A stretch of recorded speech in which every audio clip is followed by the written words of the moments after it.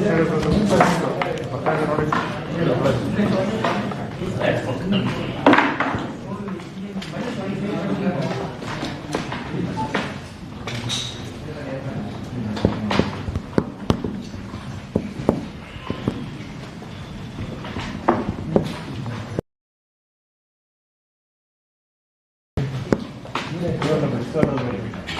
ನಿಮ್ಮ ಸ್ನೇಹಿತರು ಇನ್ನೊಬ್ರು ದಾಡಿಯವರು ಬಿಟ್ಬಿಟ್ಟಿದ್ದೀರ, ಇನ್ನೊಬ್ರು ದಾಡಿಯವ್ರನ್ನೆಲ್ಲ ಬಿಟ್ಬಿಟ್ಟು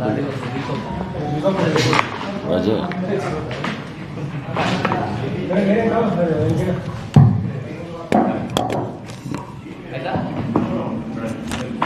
ಎಸ್ ಸರ್. ಈಗ ಹೋರಾಟಕ್ಕೆ ಮಣಿದು ಮನೆಗೂ ಧರ್ಮೇಂದ್ರ ಕೂಡ ರಾಜೀನಾಮೆ ಇನ್ನಾದರೂ ಹೋರಾಟ ನಿಲ್ಲುತ್ತಾ ಅಥವಾ ಶಿಕ್ಷಣ ವ್ಯವಸ್ಥೆಯಲ್ಲಿ ಆಗ್ತಾ ಇರೋ ಲೋಪ ಸರಿಯಾಗುತ್ತಾ? ನಮಸ್ಕಾರ, ತಮ್ಮೆಲ್ಲರಿಗೂ ಸ್ವಾಗತ. ಶಿಕ್ಷಣ ಸಚಿವರಾಗಿರ್ತಕ್ಕಂಥ ಧರ್ಮೇಂದ್ರ ಪ್ರಧಾನ್ ಅವರು ರಾಜೀನಾಮೆಯನ್ನು ಕೊಟ್ಟಿದ್ದಾರೆ. 4-5 ಪುಟಗಳ ಪತ್ರ ಬರೆದಿರಬೇಕಲ್ಲ ಅವರು. ದೊಡ್ಡ 4-5 ಪುಟಗಳ ಪತ್ರ ಬರೆದು ಅವರ ಮಹಾನ್ ಸಾಧನೆ ಕಾಲ ಮೌಲಾನಾ ಅಬ್ದುಲ್ ಕಲಾಂ ಆಜಾದ್ರವರು ಶಿಕ್ಷಣ ಸಚಿವರಾಗಿದ್ದರು. ಅವರು ಶಿಕ್ಷಣ ಸಚಿವರಾಗಿದ್ದ ರವೀಂದ್ರನಾಥ್ ಠಾಗೂರ್ ಅವರ ಶಾಂತಿನಿಕೇತನ ಏನಿತ್ತು ಅದನ್ನು ವಿಶ್ವ ದರ್ಜೆಗೆ ಕೊಂಡೊಯ್ದಿದ್ರು. ತದನಂತರ ಬನಾರಸ್ ಹಿಂದೂ ಯೂನಿವರ್ಸಿಟಿ ಇರ್ಬೋದು, ಅಲಿಗಢ್ ಮುಸ್ಲಿಂ ಯೂನಿವರ್ಸಿಟಿ ಇರ್ಬೋದು, JNU ಇರ್ಬೋದು, ಇವೆಲ್ಲವನ್ನು ಸಹ ಶಿಕ್ಷಣ ಸಚಿವರ ಒಂದು ಸಾಲುಗಳನ್ನು ನೋಡಿದಾಗ ಈ ರಾಷ್ಟ್ರದ ದುರಂತ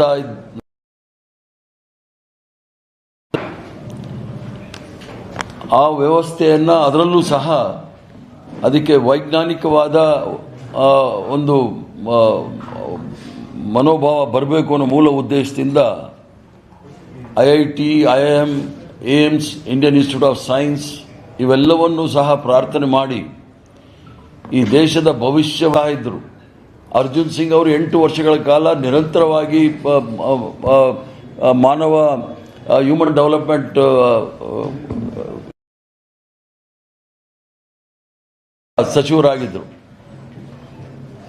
ಅದರ ಜೊತೆಗೆ ಕಯೂಮ್ ಸಾಹೇಬ್ ಜ್ಞಾನಿಗಳು, ಅಪಾರ ಜ್ಞಾನ ಇದ್ದವರು ಶಿಕ್ಷಣ ಸಚಿವರಾಗಿದ್ದರು.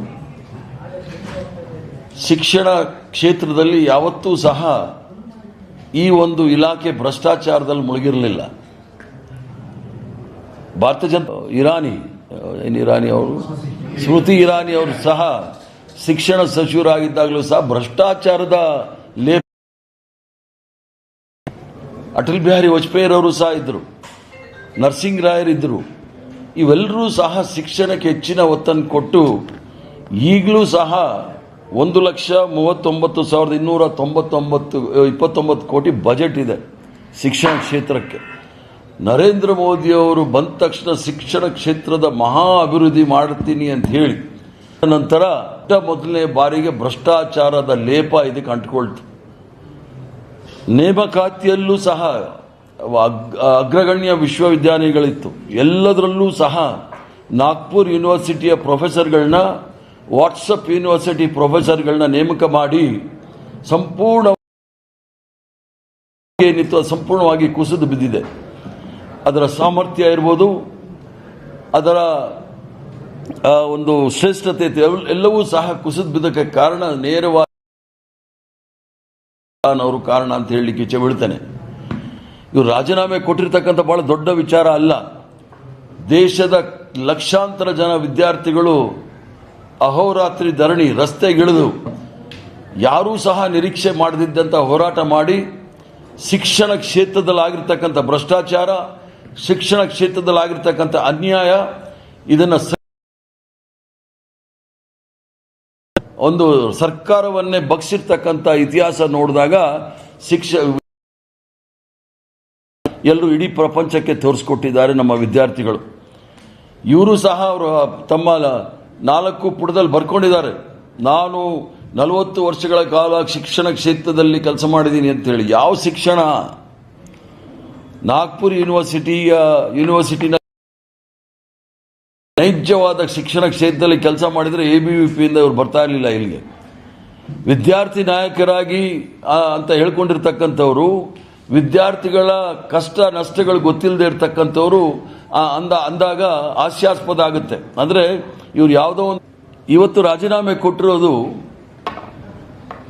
ಪ್ರಶ್ನೆ ಪತ್ರಿಕೆ ಸೋರಿಕೆಯಿಂದ ಆಗಿರ್ತಕ್ಕಂಥ ಅನಾಹುತಕ್ಕೆ. ಸುಮಾರು 152 ಬಾರಿ ಈ ಪ್ರಶ್ನೆ ಪತ್ರಿಕೆ ಸೋರಿಕೆ ಆಗಿದೆ.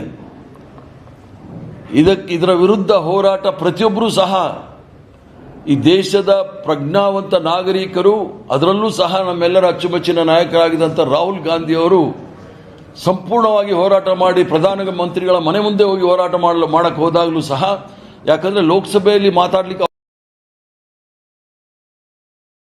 ಸ್ಥಗಿತ ಆಯಿತು. ಅಲ್ಲಿ ಚರ್ಚೆಗೆ ಅವಕಾಶ ಕೊಡದೇ ಇರೋದಕ್ಕೋಸ್ಕರ ಅವ್ರ ಮನೆ ಮುಂದೆ ಪ್ರತಿಭಟನೆ ಮಾಡುವಾಗ ಅವ್ರ ಮೇಲೆ ಲಾಠಿ ಚಾರ್ಜ್ ಮಾಡಿ ಅವ್ರನ್ನ ದಸ್ತಗಿರಿ ಮಾಡಿ ಇಡೀ ಪ್ರಜಾಪ್ರಭುತ್ವಕ್ಕೆ ಕಳಂಕ ತಕ್ಕಂಥ ಕೆಲಸ ಭಾರತೀಯ ಜನತಾ ಪಾರ್ಟಿ ಮಾಡ್ತು. ಈ ಮಕ್ಕಳ ಈ ಒಂದು ಅನ್ಯಾಯದ ವಿರುದ್ಧ ಮಕ್ಕಳ ಹೋರಾಟಕ್ಕೆ ಜಯ ಆಗಿದೆ, ವಿದ್ಯಾರ್ಥಿಗಳ ಹೋರಾಟಕ್ಕೆ ಜಯ ಆಗಿದೆ. ಈ ದೇಶದ ಏನು ವಿದ್ಯಾರ್ಥಿಗಳ ಮೇಲೆ ಲಾಠಿ ಚಾರ್ಜ್ ಮಾಡಿದ್ರು, ಪೆಲೆಟ್ ಗನ್ನಿಂದ ಗಾಯಗೊಳಿಸಿದ್ರು, ಹೆಣ್ಮಕ್ಕಳ ಬಟ್ಟೆಯನ್ನು ಹರಿದಿದ್ರು, ಇದೆಲ್ಲ ವಿರುದ್ಧ ಆಕ್ರೋಶ ಭುಗಿಲ್ ಮುಟ್ಟಿತ್ತು. ಆದ್ರಿಂದ ವಿಧಿ ಇಲ್ಲದೆ ಧರ್ಮೇಂದ್ರ ಪ್ರಧಾನ್ ಅವರು ರಾಜೀನಾಮೆ ಕೊಡಬೇಕಾಯ್ತು. ಧರ್ಮೇಂದ್ರ ಏನೋ ರಾಜೀನಾಮೆ ಕೊಟ್ಟಿದ್ದಾರೆ, ಪ್ರಧಾನ ಇನ್ನೂ ರಾಜೀನಾಮೆ ಕೊಟ್ಟಿಲ್ಲ. ಮಕ್ಕಳ ಮೇಲೆ ಆಗಿರ್ತಕ್ಕಂಥ ದೌರ್ಜನ್ಯ ಗೃಹ ಸಚಿವರಿಂದ ಆಗಿದೆ. ಅಮಿತ್ ಶಾ ಅವರು ಸಹ ರಾಜೀನಾಮೆ ಕೊಡಬೇಕು. ಒಬ್ಬ ಮಗು ಒಂದು ವಿದ್ಯಾರ್ಥಿ ಕಣ್ಣು ಕಳ್ಕೊಂಡಿದ್ದಾನೆ ಪೆಲೆಟ್ ಗನ್ ಇದರಿಂದ. ಆದ್ರಿಂದ ಮಕ್ಕಳು ಯಾರು ಒಂದು 22 ಜನ ತಮ್ಮ ಪ್ರಾಣವನ್ನು ಆತ್ಮಹತ್ಯೆ ಮಾಡಿಕೊಂಡು ಪ್ರಾಣವನ್ನು ಕಳ್ಕೊಂಡಿದ್ದಾರೆ, ಅವರ ಕುಟುಂಬಕ್ಕೆ ಪರಿಹಾರವನ್ನು ಕೊಡಬೇಕು. ಮತ್ತೆ ವಿದ್ಯಾರ್ಥಿ ಸಂಘ ಸಂಸ್ಥೆಗಳು ಭಾಗಿಯಾಗಿದ್ರು, ಹೀಗಾಗಿ ಈ ಘಟನೆ ನಡೆದಿದೆ. ದೆಹಲಿ ಪೊಲೀಸರು ಇರೋರು ಭಾಗಿಯಾಗಿದ್ರು, ಹೀಗಾಗಿ ಈ ಘಟನೆ ನಡೆದಿದೆ. ದೆಹಲಿ ಪೊಲೀಸರು ಏನು ತಪ್ಪಿಲ್ಲ ಅಂತ ಹೇಳಿ ಸರ್ಕಾರ ಕ್ಲೇಮ್ ಮಾಡಿದೆ. ಸರ್ಕಾರ ಒಂದೇ ಒಂದು ಸತ್ಯ ಹೇಳಿ